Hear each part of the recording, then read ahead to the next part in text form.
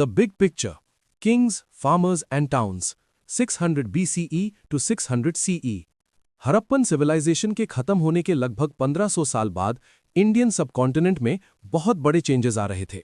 ये वही टाइम था जब ऋग्वेदा लिखा गया और नए तरह के स्टेट्स यानी महाजनपदास बनने शुरू हुए। 16 महाजनपदास, पावर की शुरुआत। 6th सेंचुरी BCE को इंडियन हिस्ट्री का एक टर्निंग पॉइंट माना जाता है। क्यों?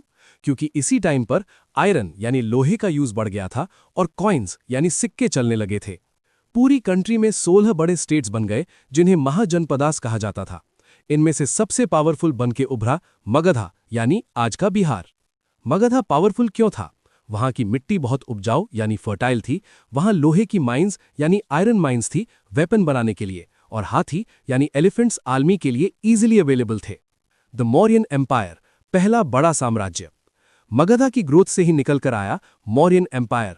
इसके फाउंडर चंद्रगुप्ता मौर्य ने इसे अफगानिस्तान तक फैला दिया था। अशोका द ग्रेट, इस एम्पायर का सबसे फेमस किंग। उसने धम्मा का मैसेज स्प्रेड किया, मतलब बड़ों की रिस्पेक्ट करो, सबसे प्यार से रहो और नॉन वायलेंस फॉलो करो। अशोका ने अपने मैसेजेस पत्थरों यानी पिलर्स और रॉक्स पर लिखवाए ताकि लोग उसे हमेशा याद रखें। न्यू नोशंस ऑफ किंगशिप, राजा भगवान जैसे। जब बड़े एम्पायर्स टूटे तो नए छोटे राजा आए। उन्होंने अपनी इमेज डिवाइन यानी भगवान जैसी बनाने की कोशिश की। कुशानाज, ये पहले राजा थे जिन्होंने गोल्ड कॉइन्स इशू किए। इन्होंने बड़े बड़े स्टैचूज बनवाए और खुद को देवपुत्र यानी सन ऑफ गॉड बुलवाया।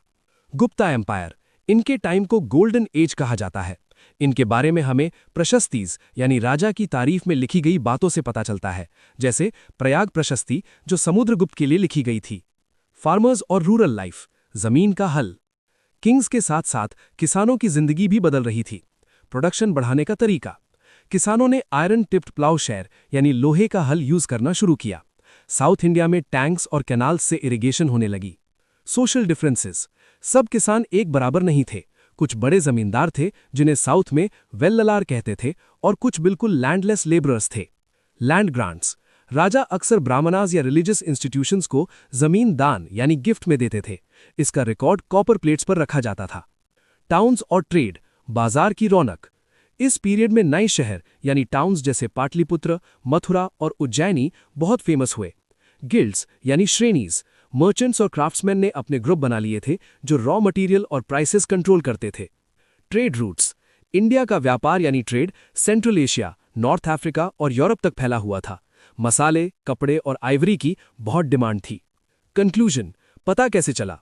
हिस्टोरियंस ने ये सारी कहानी इंस्क्रिप्शंस, कॉइन्स और मैन्युस्क्रिप्ट्स को पढ़कर जोड़ी है।